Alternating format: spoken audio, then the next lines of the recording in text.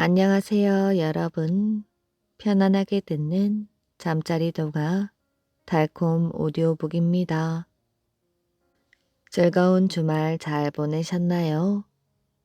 새로운 한 주의 시작인 월요일입니다. 하루하루 주어진 일에 최선을 다하여 보람있고 행복한 한 주 되시길 바랍니다. 이번 주도 매일매일 행복하시고 편안한 날 되시길 바랍니다.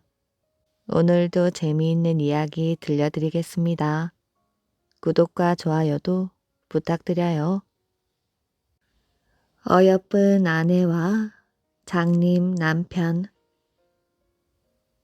옛날 아주 오랜 옛날 백두산 깊은 산골에 젊은 부부가 살았습니다.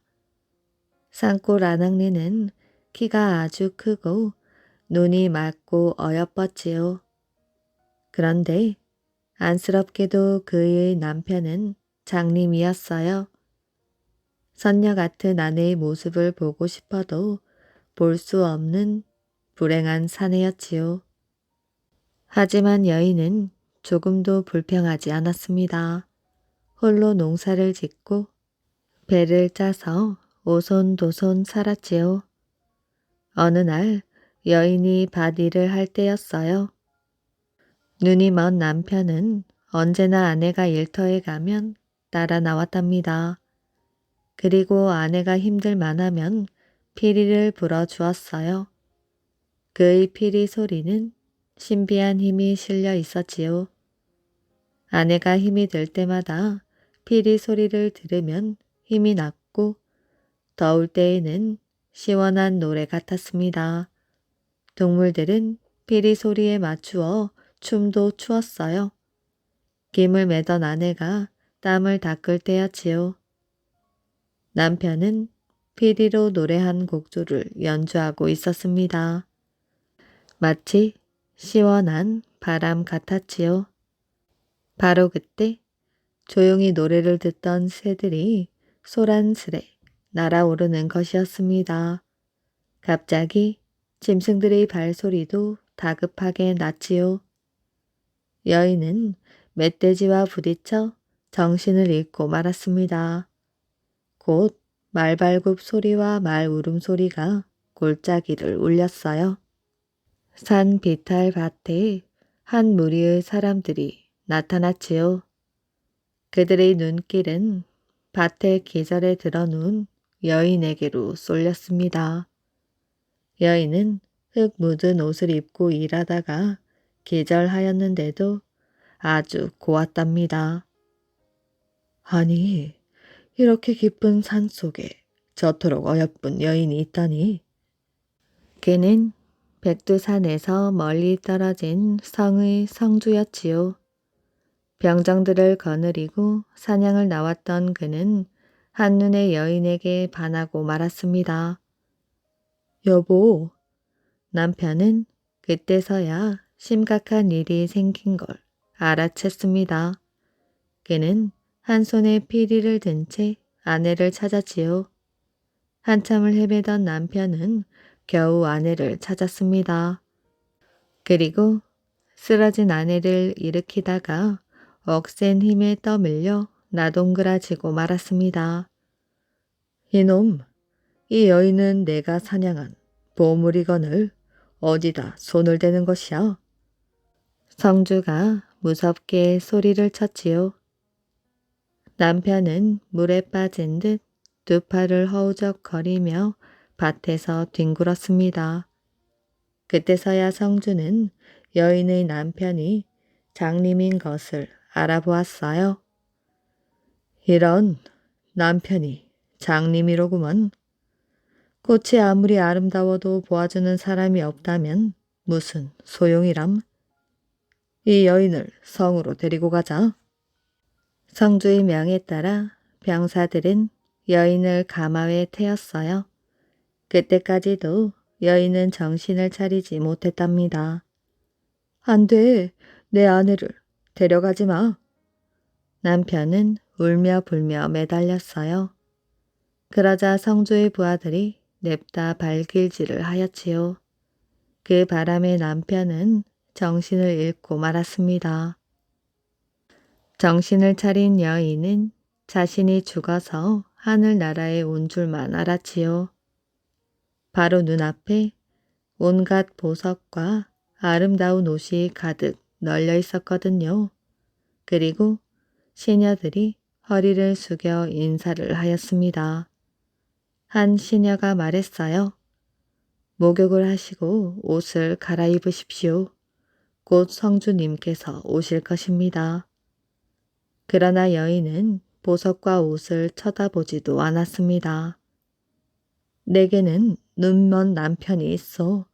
내가 돌아가지 않으면 밥을 굶을 것이오. 어서 나를 돌려보내 주시오. 그러나 시녀들은 한 목소리로 대답하였습니다. 저희들은 성주님께서 시키는 대로 할 뿐입니다. 그렇지 않으면 저희들이 큰 벌을 받게 됩니다. 화가 치민 여인은 자리에서 벌떡 일어났습니다. 보내주지 않으면 내 발로 걸어서 돌아가겠소. 하지만 밖에는 병정들이 지키고 있었지요. 바로 그때 성주가 들어왔어요. 고집을 부리지 마시오. 꽃은 화병에 꽂혀 있어야 더욱 아름다운 것처럼 그대는 이성에 있는 것이 더욱 마땅하오. 산에 핀 꽃이 아름다운 것은 그 주변에 산이 있기 때문이에요. 꽃을 꺾어다 놓으면 곧 시들어 죽게 마련이지요. 남편이 내 곁에 없다면 저도 곧 시들어 죽고 말 것이에요. 어서 저를 내보내 주세요. 어리석은 소리 말거라. 네가 여기 있으면 온갖 좋은 음식과 보석과 옷감으로써 오래도록 아름다움을 지킬 수 있지 않겠느냐? 갖은 달콤한 말로 성주는 여인을 꼬드기려 하였지요. 하늘의 해가 하나인 것처럼 저희 남편은 하나뿐입니다. 여인은 조금도 흔들림이 없었습니다. 감히 내 부탁을 거절하다니 저것을 당장 옥에 가두거라. 화가 난 성주는 여인을 옥에 가두고 밥을 굶겼어요. 몽둥이질을 하기도 하고 죽이겠다고 협박도 하였지요. 그래도 여인의 마음을 한치도 돌이키지 못하였습니다. 이 소문은 삽시간에 백성들 사이에 퍼졌지요. 제 욕심만 채우는 나쁜 놈. 백성들은 모두 성주를 욕하고 여인을 칭찬하였습니다. 가뜩이나 백성들을 못살게 굴고 세금을 많이 걷던 성주는 인심이 땅바닥에 떨어지고 말았습니다. 그런데 여인을 성주보다도 더 괘씸하게 여기는 사람이 있었어요. 바로 성주의 아내였지요. 성주의 아내는 신하들을 부추겨 여인을 해치려고 꿍꿍이를 부리기 시작했답니다. 저 보잘것없는 촌 여자 때문에 성주님께서 모든 백성들에게 비웃음을 당했습니다. 그냥 두면 백성들이 성주님을 우습게 볼까 걱정이 됩니다. 성주 부인의 지시를 받은 신하들이 한 목소리로 말하였어요. 저 못된 것의 목을 쳐 성주님의 위엄을 보이시옵소서. 신하들은 거듭 소리를 높였습니다. 성주도 마음이 변하였지요. 여인이 먹지도 않고 자지도 않아 얼굴이 볼품이 없게 되자 보기가 싫어진 것입니다. 저것의 목을 성문 앞에서 치거라. 하늘도 높고 푸르게 맑은 날이었어요. 여인은 사형대로 끌려갔지요. 몰려든 백성들은 저마다 혀를 차며 여인을 불쌍히 여겼습니다. 내가 죽으면 눈먼 우리 서방님은 누가 보살펴주나? 여인은 하늘을 보며 마지막까지 남편을 걱정하였습니다. 거행하라. 마침내 명이 떨어졌지요. 망나니의 칼날이 순식간에 여인을 베고 말았습니다.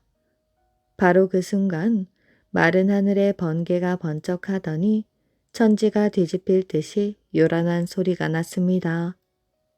하늘에서 튀어나온 번개는 두 갈래로 갈라져서 성문과 성벽을 때렸지요.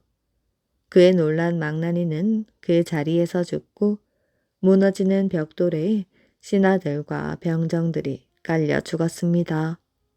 못된 성주를 몰아내자. 이것은 하늘의 뜻이야. 백성들이 주먹을 불끈 쥐고 일어났습니다. 이렇게 하여 백성들은 삽시간에 못된 성주를 몰아내고 어진 사람을 새 성주로 세웠습니다. 그리고 여인은 돌려보내어 고향의 오두막 옆에 고이 묻어주었답니다. 여인의 남편은 종일 아내의 무덤 곁에서 피리를 불었지요. 그 소리에 학이 날아와서 울고 사슴과 노루도 슬피 울었습니다. 그런데 어느 날부터인가 사람들은 더 이상 피리 소리를 들을 수 없게 되었습니다. 남편마저 숨을 거둔 것이지요. 사람들은 그를 아내와 함께 묻어주었답니다. 얼마 뒤 무덤에서는 파란 싹이 돋아났지요. 세상 그 어디에도 없는 나무였습니다. 그 나무는 무덤과 오두막 둘레까지 울타리를 이루며 솟아났지요. 그리고 나무는 눈부신 꽃 봉우리를 터뜨렸습니다. 한두 송이가 아니라 오두막과 무덤 둘레에 온통 환하게 피었습니다. 사람들은 처음에 그 꽃을 울타리 꽃이라고 불렀지요. 그러다가 곧 다함이 없는 꽃, 무궁화라고 고쳐 불렀습니다. 그리고 백두산 여인의 사랑을 기리며 꽃나무를 너도 나도 옮겨 심기 시작하였지요. 사랑하는 여인을 구해온 왕. 안장왕은 고구려의 제22대 왕으로 문자왕의 아들입니다. 안장왕이 태자로 있을 때 장사꾼 차림으로 변장을 하고 개백현으로 놀러간 일이 있었습니다. 개백현은 지금의 경기도 고양군 행주이지요.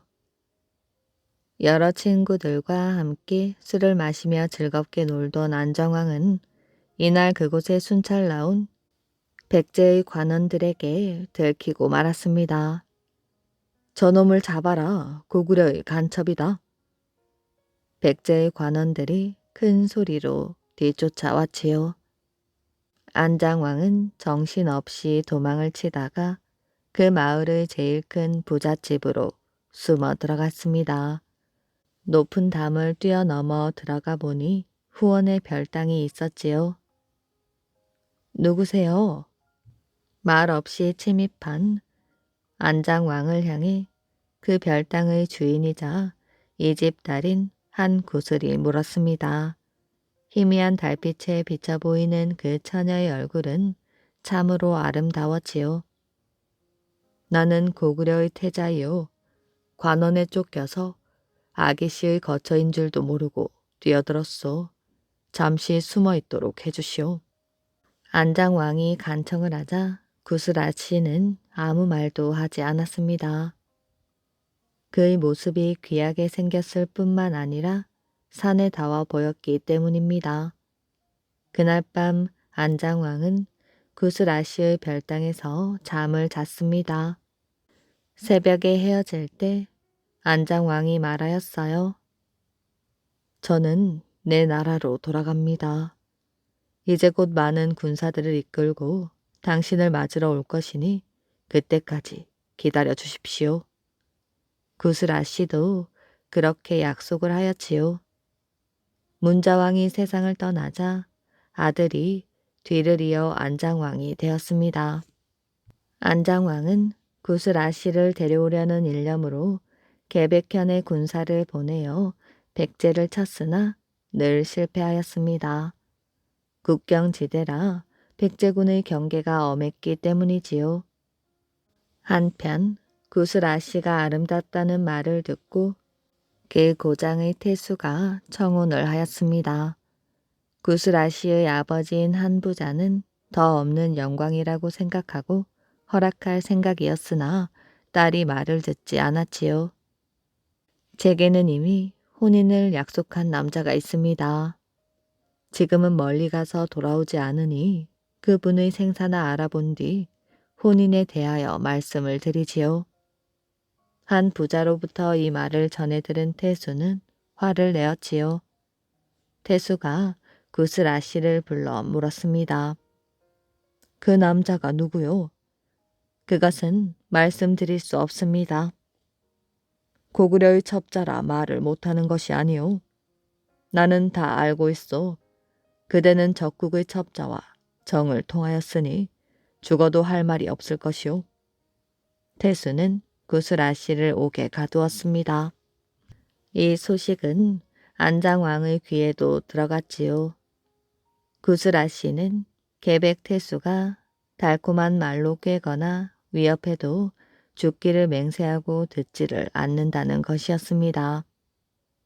마음이 초조해진 안장왕은 여러 장수들을 불러앉히고 이렇게 물었습니다. 누구든 계백현을 수복하여 구슬아씨를 구해오는 사람이 있으면 과인은 그에게 높은 벼슬과 천금의 상을 내리겠소. 그러나 아무도 응하는 자가 없었습니다. 안장왕에게는 누이 동생이 하나 있었지요. 안악공주라 불리는 그 누이 동생도 뛰어난 미인이었습니다. 안악공주는 오래전부터 장군 을미를 사랑하고 그에게 시집 가기를 바라였어요. 그러나 안장왕이 을미를 집안이 지체가 났다고 하여 허락하지 않았습니다. 그래서 을밀은 병을 얻고 벼슬에서 물러나 쉬고 있었습니다. 을밀은 안장왕이 한 이야기를 듣고 왕 앞에 나아가서 아뢰었어요. 신은 높은 벼슬이나 천금의 상을 바라고 계백현으로 가는 것이 아닙니다. 신의 소원은 오직 안악공주와 결혼하는 것뿐입니다. 대왕께서 그것을 허락하신다면 신도 구슬아씨를 구해와 드리겠습니다. 이리하여 왕은 을밀의 청을 허락하고 약속을 지킬 것을 하늘에 맹세하였어요. 을밀이 수군 5천을 거느리고 계백현으로 떠나면서 왕에게 말했습니다. 신이 먼저 수군으로 백제를 쳐서 계백현을 수복하고 구슬아씨를 구해낼 터이니 대왕께서는 천천히 육로로 오십시오. 알았소. 을밀은 특공대 20명을 뽑아 평복의 무기를 감추고 먼저 계백현으로 숨어들게 하였습니다.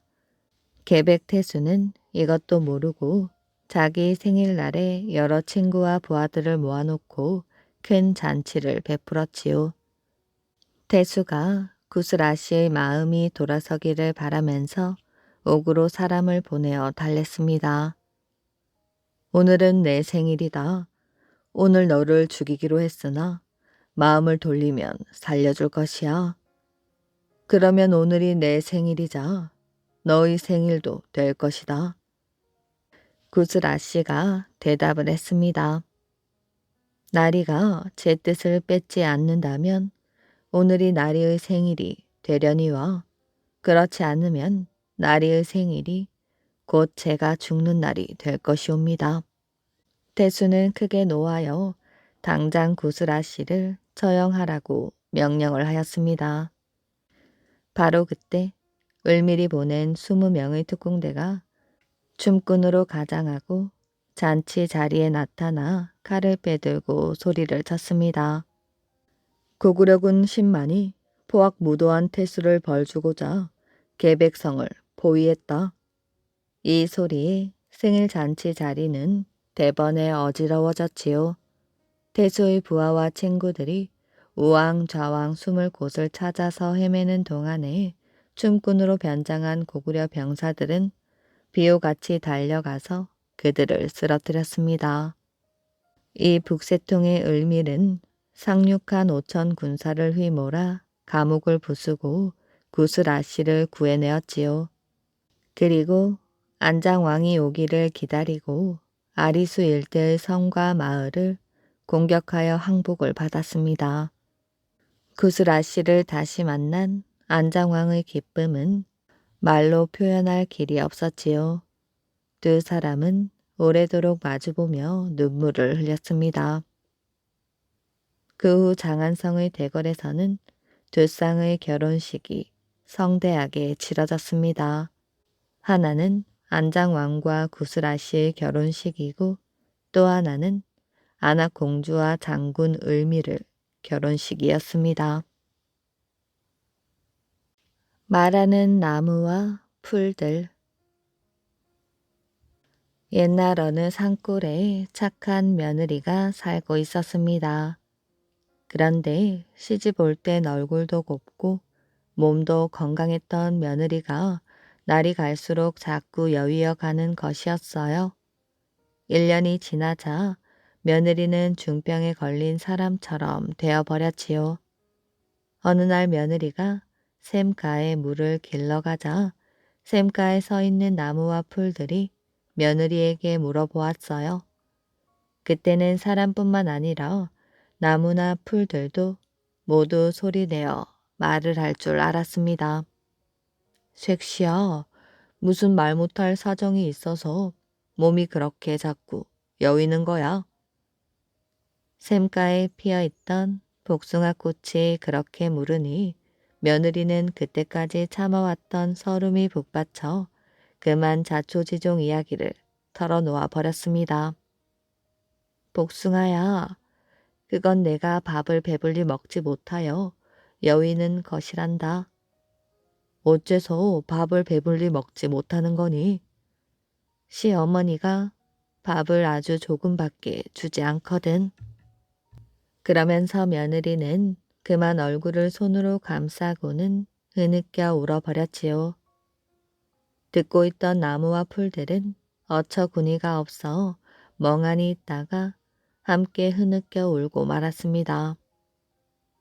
외딴 집 시어머니는 며느리에게 밥도 주지 않는 못된 시어머니야. 나무와 풀들이 사방으로 소문을 퍼뜨려 외딴 집 감나무도 대추나무도 다 알게 되었습니다. 다음날 시어머니가 아침에 일어나 보니 집 둘레의 나무와 풀들이 한결같이 시어머니를 욕하는 것이었어요. 며느리에게 밥도 안 주는 못된 시어미야. 시어머니가 깜짝 놀라 누가 그러더냐고 물으니 나무들은 색시가 가르쳐 주더라고 하였지요. 그러자 시어머니는 며느리를 끌어다가 부직갱이로 마구 두들겨 팼습니다. 며느리가 잘못했다고 아무리 빌어도 소용이 없었지요. 며느리는 그날 밤 목숨을 끊어버리고 말았습니다. 나무와 풀들은 그제야 후회를 하였지요. 저희들이 입을 다물고 있었더라면 며느리가 죽지 않았을 텐데 그만 아무 생각 없이 떠들어대는 바람에 며느리가 죽어버렸다고 생각한 것이지요. 그래서 앞으로는 어떤 일이 있더라도 입을 다물고 있기로 하였습니다. 그때부터 이 세상 나무와 풀들은 말을 하지 않게 되었다는 이야기입니다. 주먹만한 아이. 옛날 깊은 산골에 어떤 부부가 살았는데 늙도록 아이가 없어서 걱정이었지요. 부부는 날마다 한숨만 쉬다가 혹시 부처님은 우리 소원을 들어주실까? 하고 부처님에게 빌러갔지요. 비나이다, 비나이다. 부처님께 비나이다. 아이 하나 낳게 해 주십시오. 못난이도 괜찮고 얼간이도 괜찮으니 제발 아이 하나 낳게 해 주십시오. 부부는 비가 오나 눈이 오나 빌고 또 빌었습니다. 그렇게 100일이 지났지요. 그랬더니 정말로 아내가 아이를 가졌습니다. 부부는 얼마나 좋은지 폴짝폴짝 뛰면서 우리도 이제 아이가 생겼다오 하면서 동네 방네에 자랑을 하고 다녔지요. 그렇게 10달이 지나서 산에 아이를 하나 낳았습니다. 그런데 낳아놓고 보니 아이가 얼마나 작은지 꼭 주먹만 하였지요. 작기는 하여도 얼마나 바라던 아이였어요. 어머니 아버지는 온갖 정성을 들여 주먹만한 아이를 키웠답니다. 손바닥에 올려놓고 둥게둥게 얼러주고 어디 갈 때에는 꼭 주머니에 넣어 데리고 다녔지요. 그런데 어찌된 일인지 아무리 키워도 아이가 크질 않았습니다. 3살이 되고 4살이 되어도 계속 주먹만 하였지요. 그래서 그 아이를 주먹이라고 불렀습니다. 하루는 아버지가 주먹이를 주머니 속에 넣고 강으로 낚시를 하러 갔습니다. 아버지가 낚시에 정신을 파는 동안 주먹이는 주머니 속에서 혼자 놀았지요. 한참을 그러자니 심심하고 갑갑하였습니다. 주먹이는 주머니 밖으로 얼굴을 빼꼼 내밀었어요. 아버지, 밖에서 놀고 싶어요. 저 좀 꺼내주세요. 안 돼. 바깥 세상이 얼마나 위험한데. 주머니 속에 꾹꾹 들어가 있거라. 싫어요. 숨이 막혀 더는 못 놀겠어요. 하도 졸라대는 바람에 아버지는 주먹이를 풀밭에 꺼내 놓았어요. 주먹이는 넓은 풀밭에서 이리 뛰고 저리 뛰면서 신나게 놀았지요. 그런데 저만치에서 커다란 황소가 풀을 뜯고 있었습니다. 주먹이는 황소가 풀을 뜯는 게 신기하여 가까이 다가가 구경을 하였지요. 그런데 황소 눈에는 주먹이가 보이질 않았습니다. 황소는 우적우적 풀을 뜯어 먹다가 주먹이까지 꿀꺽 삼켜 버렸지 뭐예요. 주먹이는 엉겁결에 황소 뱃속으로 빨려 들어갔습니다. 황소 뱃속에 들어가 보니 아주 캄캄하였지요. 밖으로 나가려고 해도 뭐가 보이지 않았답니다. 주먹이는 무턱대고 더듬더듬 기어갔어요. 주먹이는 펄쩍펄쩍 뛰어도 보고 누가 좀 꺼내달라고 소리도 질러보았지요. 하지만 아무도 들을 수 없었답니다. 아이고 힘들어라. 주먹이는 털썩 주저앉았어요. 그런데 어찌된 일인지 몸이 어디론가 자꾸자꾸 밀려갔지요. 어? 그렇게 한참을 밀려가다 보니 똥구린내가 물씬 풍겨왔습니다. 아이쿠 냄새야. 그때 갑자기 뿌지직 소리가 들리더니 몸이 어디론가 쑥 빠져나가는 것이었어요. 그러고는 풀밭으로 콩 하고 떨어졌습니다. 쇠똥에 섞여서 황소 똥구멍으로 빠져나온 것이지요. 주먹이는 코를 막고 강으로 달려가서 몸에 묻은 쇠똥을 박박 씻어내었지요. 그러면서 물속을 들여다보니 물고기들이 살랑살랑 꼬리를 흔들면서 놀고 있었습니다. 보면 볼수록 물고기들이 노는 게 재미있고 신기해 보였지요. 그때 나뭇잎 하나가 둥둥 떠내려 오는 것이 보였습니다. 그래서 나뭇잎 위에 폴짝 올라탔지요. 나뭇잎을 타고 둥실둥실 떠내려 가는데 갑자기 커다란 물고기가 물 위로 펄쩍 뛰어오른 것이었습니다. 그러더니 눈 깜짝할 사이에 주먹이를 통째로 꿀꺽 집어삼켜 버렸지요. 물고기 뱃속은 좁아서 옴짝달싹을 못하였습니다. 아이고 숨 막혀라. 나 좀 꺼내줘. 주먹이가 물고기 밥이 된 줄도 모르고 아버지는 낚시질만 하였지요. 그러다가 아주 커다란 물고기를 낚았습니다. 아이쿠 크기도 하여라. 주먹이한테 보여주면 깜짝 놀라겠는걸. 그런데 그 물고기가 아버지 하고 부르는 것이었어요. 하도 이상하여 물고기를 가만 살펴보니 배가 들썩들썩 움직이고 있었지요. 거참 이상하다. 뱃속에 뭐가 들었나? 아버지는 조심조심 물고기 배를 갈랐지요. 그러자 물고기 뱃속에서 아버지 하면서 주먹이가 툭 하고 튀어나왔어요. 아버지는 놀라서 뒤로 까당 넘어졌지요. 아이고 얘야, 왜 물고기 뱃속에서 튀어나온 것이야? 주먹이는 아버지에게 황소 뱃속에 들어간 이야기와 물고기에게 잡힌 이야기를 들려주었습니다. 아이쿠, 하나밖에 없는 우리 아들을 영영 못 볼 뻔하였구나. 그 뒤로도 주먹이는 아버지 어머니와 함께 오래오래 행복하게 잘 살았다고 합니다. 왕이 된 홍길동. 어느 달 밝은 밤, 길동은 창 밖을 내다보다가 밤하늘에서 별 하나가 떨어지는 것을 보았습니다.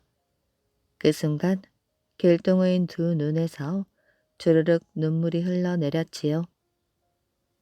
옆에 있던 아내가 물었습니다. 무슨 일로 그리 슬퍼하시나요? 하늘을 보고 부모님의 안부를 알고자 했다오. 그런데 문득 별 하나가 떨어졌소. 아버님이 세상을 떠나신 것이라오. 길동의 대답을 듣고 아내도 눈물을 흘렸지요. 다음날 길동은 부하 몇 명을 데리고 산으로 올라갔습니다. 햇볕이 잘 드는 장소를 골라 아버지 무덤 자리를 만들었지요.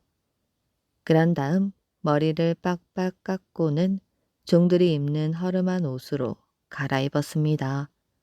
그러고는 조선 땅으로 건너갔지요.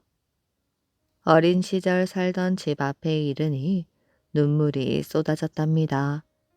아니나 다를까 대문에는 초상이 났다는 표시로 붉은 등이 걸려 있었어요. 길동은 아버지 시신을 모셔놓은 방으로 들어갔지요. 형 홍인형이 상복을 입고 손님을 맞았습니다.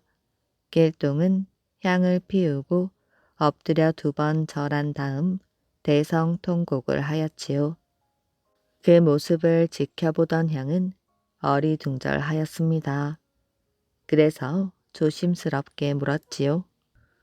어느 절에서 오신 대사이기에 이리도 슬피 우십니까? 형님, 어찌 동생을 몰라보십니까? 그러자 형이 두 눈을 크게 뜨고 울고 있는 중을 바라보았어요. 틀림없는 동생 길동이었지요. 두 사람은 서로 끌어안고 한참을 울었습니다.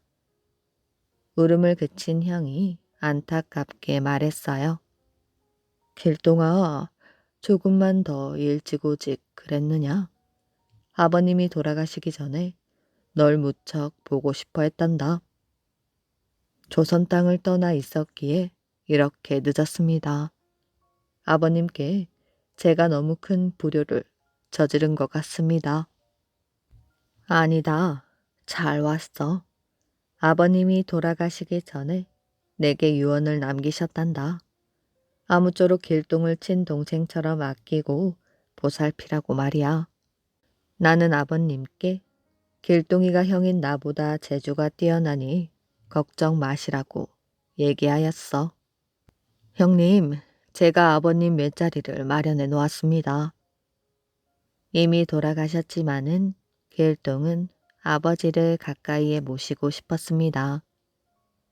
오냐, 잘하였어. 그렇지 않아도 마땅한 맷자리를 구하지 못하여 걱정하고 있었단다. 길동은 아버지 시신을 저도로 옮겼습니다. 형과 길동의 어머니가 함께 따라 나섰지요. 길동과 형은 홍대감의 시신을 양지 바른 곳에 잘 묻어드렸습니다. 며칠 뒤 길동의 형, 홍인형은 다시 조선으로 떠났지요. 길동의 어머니는 저도에 남아 있었습니다. 두 며느리는 길동의 어머니에게 인사를 올렸지요. 어머니는 아들 길동이 무척 대견스러웠어요. 그 뒤 아들 길동과 함께 저도에서 편안하게 살았습니다.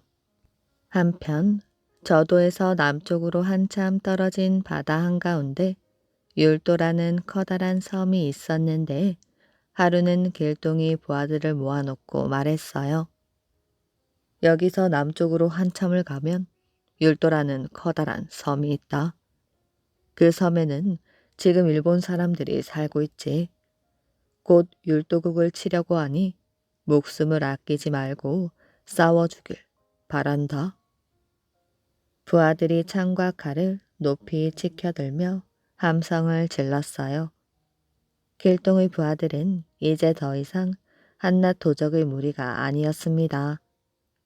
길동이 오랜 시간 군사훈련을 시켰기 때문에 누가 보아도 훌륭한 군사들이 되어 있었지요. 길동은 수백 척의 배에 군사들을 태우고 율도국으로 건너갔습니다. 율도국에 다다른 길동은 군사들을 잠시 쉬게 하고는 편지를 써서 율도국 왕에게 보내었어요. 율도국 왕은 보거라. 나는 조선에서 병조 판서를 지낸 홍길동이다. 하늘의 뜻을 받들어 수천 명의 군사를 이끌고 율도국을 치려고 건너왔노라. 목숨이 아깝거든 항복을 하라. 사흘 안으로 소식이 없을 때에는 율도국 전체를 쑥밭으로 만들어 버릴 것이다. 편지를 읽은 율도국 왕은 하얗게 질려버렸지요. 한참 뒤에야 겨우 정신을 차리고는 신하들에게 말하였어요. 조선의 홍길동 군대가 쳐들어왔다. 그대들은 소문을 들어 잘 알고 있을 것이야. 홍길동 군대에 맞서 싸웠다가는 율도국 백성들이 몽땅 목숨을 잃게 될지도 모른다. 이 일을 대체 어찌하면 좋겠느냐? 그러자 여러 신하들이 한 목소리로 대답하였어요. 전하, 항복하는 것이 100번 옳은 줄로 아뢰옵니다. 홍길동은 하늘이 내린 뛰어난 인물입니다. 홍길동 군대에 맞서 싸운다는 것은 참으로 어리석은 일이옵니다. 율도국 왕은 항복 편지를 써서 길동에게 보내었습니다. 그 즉시 길동은 군사들을 이끌고 왕궁으로 들어갔지요. 율도국 왕은 홍길동 앞으로 나와 무릎을 꿇었습니다. 결국 피 한 방울 흘리지 않고 율도국을 차지한 것이지요. 홍길동은 율도국을 잘 다스렸습니다. 몇 년 지나지 않아 율도국은 부자 나라가 되었어요. 백성들은 살기 좋은 세상이 되었습니다. 하루는 율도국 왕 홍길동이 여러 신하를 불러놓고 물었지요. 조선 임금에게 사신을 보낼까 하는데 여러분 생각은 어떠시오? 신하들은 앞다투어 찬성을 하였어요. 그리하여 율도국에서 조선에 사신을 보내게 되었지요. 조선의 임금은 율도국 사신을 맞이하여 잘 대접했습니다. 사신에게 율도국 소식을 전해들은 임금은 이렇게 한탄을 하였지요. 홍길동은 하늘이 내린 뛰어난 인물이다. 그런 훌륭한 인물의 능력을 조선에서 펼치게 하지 못하였으니 나의 책임이 크다. 이제 조선의 홍길동은 영영 잃어버렸도다. 그만한 인물은 내가 사는 동안 다시 만날 수는 없을 것이야. 임금은 홍길동의 형인 홍인영을 율도국의 사신으로 보내었습니다. 오랜만에 다시 만난 형제는 마치 오래도록 사이좋게 함께 지내온 형제처럼 즐겁게 며칠을 보내었지요. 율도국의 국왕 홍길동은 백성들을 잘 보살피며 70살까지 살았다고 합니다. 홍길동이 죽자 그의 맏아들이 국왕의 자리를 이어받았지요. 그리고 율도국 백성들은 오래도록 행복하게 살았다고 합니다. 아비 없는 아이.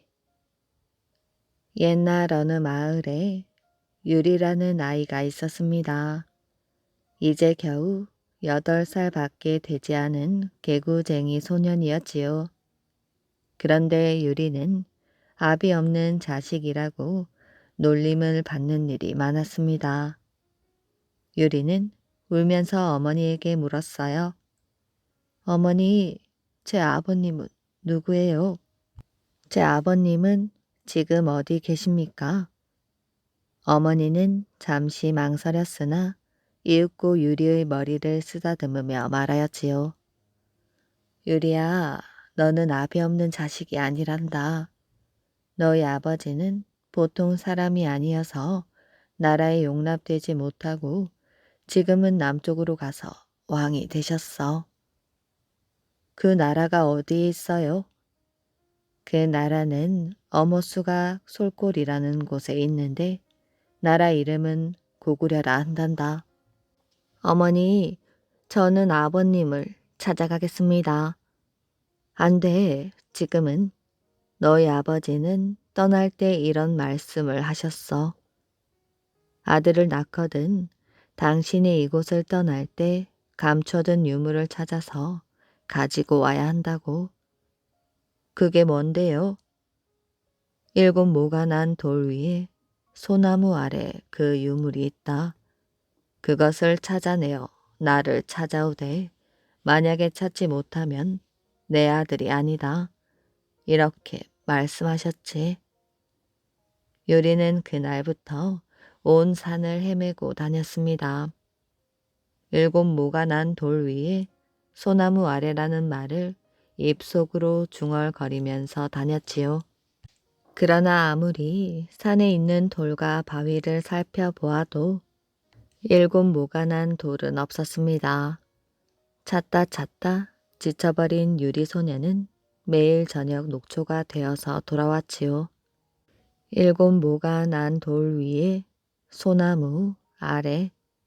아버지를 만나려면 이 수수께끼를 풀어야 합니다.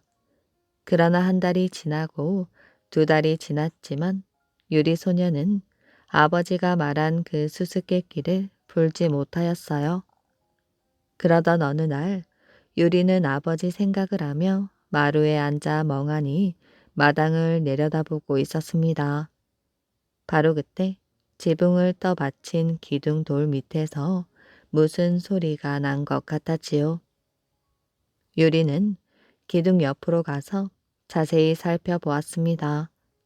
기둥은 소나무로 돼 있었고 그 밑에 7 모가 진 추춧돌이 받쳐져 있는 게 아니겠어요? 그래, 바로 이거야. 마루에서 내려와 추춧돌 밑을 보았습니다. 과연 2 토막으로 부러진 칼이 나왔어요. 비록 파랗게 녹이 슬었지만 아버지의 유품임에 틀림이 없었습니다. 드디어 유리는 그 유품을 가지고 아버지를 찾아 고구려로 떠났습니다. 집에서 일하는 일꾼 3사람도 함께 떠났지요. 궐 밖에 웬 소년이 찾아왔습니다, 마마. 신하가 왕에게 아뢰었어요. 주몽왕은 그 소년을 불러들였습니다. 얼굴이 까맣게 탔지만 두 눈이 초롱같이 빛나는 소년이었지요. 유리는 고개를 숙이고 왕 앞에 부러진 칼을 내놓았습니다. 왕도 가지고 있던 칼을 꺼내어 그것과 맞춰 보았지요. 두 토막의 칼이 완전한 한 자루의 칼이 되었습니다. 네가 유리인 것이야? 예, 아버님. 아버지와 아들은 와락 끌어안았어요. 왕이 옆에서 지켜보던 여러 신하들을 향하여 말했습니다. 이 소년이 과인의 아들 유리 왕자로다. 장차 이 나라의 왕이 될 사람이지. 모든 사람의 얼굴에 기쁨이 넘쳤습니다. 얼마 후 유리 왕자의 어머니 예씨도 동부여에서 고구려로 왔습니다. 고구려를 세운 지 19년 만에 주몽왕이 세상을 떠나자 유리 왕자가 대를 이어 왕위에 올랐지요. 그가 바로 아비 없는 자식이란 욕을 먹고 자란 개구쟁이 소년 유리 명왕입니다. 북극곰과 소년. 옛날 캐나다에 투크라는 소년이 살았어요. 투크는 나중에 커서 아버지 같은 훌륭한 사냥꾼이 되고 싶었지요. 투크는 아직 어려서 사냥에 나가지는 못하였지만 아버지가 들려주는 이야기에 열심히 귀를 기울이고 사냥에 필요한 자질구레한 일을 거들었답니다. 투크는 아버지가 사냥에 갈 때마다 개 썰매를 준비시키고 창과 칼을 날카롭게 가는 법을 배웠어요. 창 쓰는 법도 연습하고 아버지가 사냥해 온 짐승을 자르고 찌꺼기는 개들에게 던져주기도 하였지요. 투크는 자기가 직접 사냥하게 될 날을 꿈꾸었어요. 아버지에게 들은 바다 코끼리는 물론 무시무시한 북극곰까지 살금살금 다가가는 상상을 하였지요. 투크는 그 큰 곰에게 하얀 괴물이라는 별명도 붙여주었답니다. 저녁마다 일을 마치면 투크는 작은 칼을 꺼내어 비누석을 깎았습니다. 바다 표범과 범고래 그리고 하얀 괴물과 비슷한 것도 조각하였지요. 언젠가는 이 동물들을 꼭 잡겠다고 다짐하면서요. 드디어 아버지는 투크를 사냥에 데려가겠다고 했습니다. 아버지와 투크는 창, 칼 등 여행에 필요한 것을 모두 썰매에 실었지요. 투크는 너무 들뜬 나머지 아침도 먹는 둥 마는 둥 하였습니다. 하지만 아버지가 충고하였지요. 밥을 다 먹어야 돼. 긴 하루를 버텨야 하니까. 아침을 든든히 먹어두지 않으면 나중에 후회한단다. 투크와 아버지는 마지막 짐을 썰매에 묻고 어머니와 누이 동생에게 인사를 하고 떠났습니다. 얼마 안 가서 투크의 아버지가 저 멀리 있는 무언가를 가리켰어요. 저 앞에 토실토실한 바다 사자가 등을 돌린 채 얼음 구멍 근처에서 햇볕을 쬐고 있었지요. 아버지는 개들에게 속력을 늦추게 한 다음 투크에게 썰매에 남아 있으라고 신호를 하였답니다. 투크는 아버지가 한 손에 창을 들고 바다 사자에게 소리 없이 다가가는 모습을 지켜보았지요. 그런데 투크의 아버지만이 바다 사자에게 다가가는 게 아니었습니다. 눈더미 뒤에서 덩치가 엄청나게 큰 흑투성이 북극곰이 나타난 것입니다. 북극곰은 투크의 아버지를 보자 방향을 돌려 아버지 쪽으로 다가가기 시작하였지요. 투크가 곰이 나타난 것을 알리기도 전에 북극곰은 아버지에게 덤벼들어 창을 멀리 내동댕이 치고 아버지를 옴짝달싹 못하게 눌렀습니다. 투크는 썰매에 있던 도끼를 들고 곰에게 뛰어갔지요. 아버지가 고함을 쳤어요. 안 돼, 투크야. 저리 가. 가까이 오지 말거라. 하지만 투크는 그 말을 듣지 않고 북극곰에게 정신없이 도끼를 휘둘렀습니다. 곰은 한 발로 투크의 아버지를 누르고 나머지 한 발로 투크와 맞서 싸우려고 하였지요. 하지만 두 가지를 한꺼번에 할 수 없다고 생각했는지 성난 듯 으르렁거리며 투크를 쫓아왔습니다. 소녀는 돌아서서 잽싸게 눈더미를 넘어 달아났어요. 곰이 몇 발자국 뒤까지 바짝 쫓아오고 있는데 다행히 아버지가 썰매를 몰고 달려왔지요. 어서 빨리 타거라. 투크는 간신히 썰매를 붙잡아 올라탔어요. 그리고는 곰이 따라오는지 돌아볼 엄두도 내지 못한 채 이글루까지 한달음에 내달렸습니다. 이글루에 도착하자 개들이 급히 멈춰 섰어요. 그 바람에 창과 칼들이 썰매에서 와르르 굴러 떨어졌지요. 아버지가 말하였어요. 신경 쓰지 말거라. 챙길 시간이 없어. 얼른 개들을 썰매에서 풀어 안으로 데리고 들어가자. 투크는 아버지 말대로 하였고 개들을 몰고 이글루로 기어 들어갔습니다. 아버지는 마지막으로 이글루 입구를 눈으로 막았지요. 투크와 아버지는 어머니와 여동생에게 무슨 일이 있었는지 자세히 이야기해 주었습니다. 이글루의 창으로 밖을 내다보니 북극곰이 집까지 따라온 것입니다. 창과 칼이 모두 밖에 있었기 때문에 아버지는 아무것도 할 수 없었습니다. 북극곰이 떠나기를 기다리는 수밖에 없었지요. 다음 날도 북극곰은 하루 종일 이글루 주위를 맴돌고 있었습니다. 하루 이틀 아무리 기다려도 곰은 떠날 줄을 몰랐지요. 이제 먹을 것도 거의 다 떨어졌습니다. 어느 날 아침 아버지가 말했어요. 곰을 죽여야겠어. 이대로 있다가는 모두 굶어 죽을 거야. 하지만 투크는 곰이 제 발로 떠날지도 모르니 하루만 더 기다려보자고 아버지를 설득하였지요. 그날 밤 투크는 얼음창으로 흘러들어오는 달빛에 잠이 깨었어요. 밖을 내다보니 북극곰이 조금 떨어진 곳에서 깊이 잠들어 있었지요. 투크는 좋은 생각이 떠올라 살며시 옷을 입었습니다. 그러고는 작은 조각칼을 들고 밖으로 살금살금 기어 나갔지요.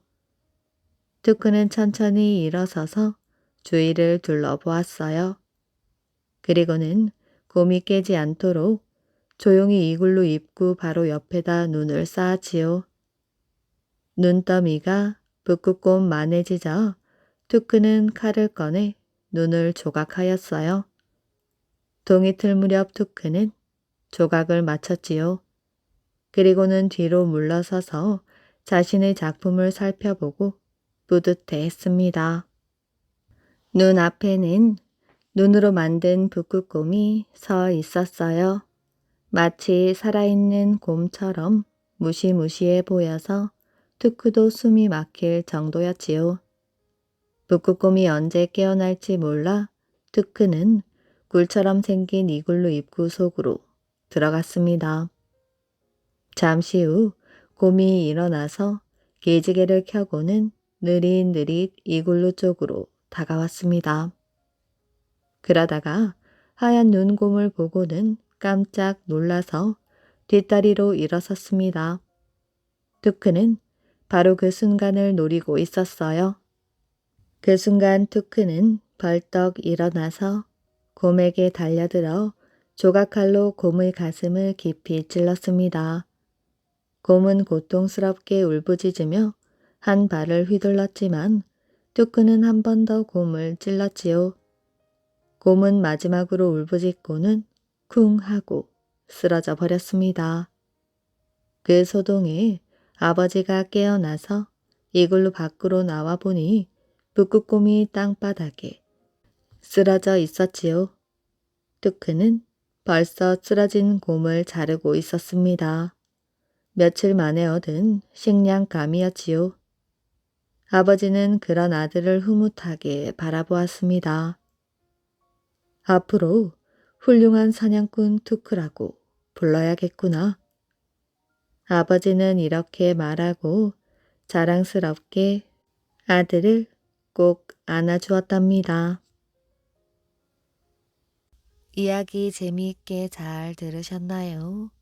오늘의 이야기는 여기까지입니다. 끝까지 이야기를 들어주셔서 정말 감사합니다. 오늘도 편안한 밤 되시길 바랍니다.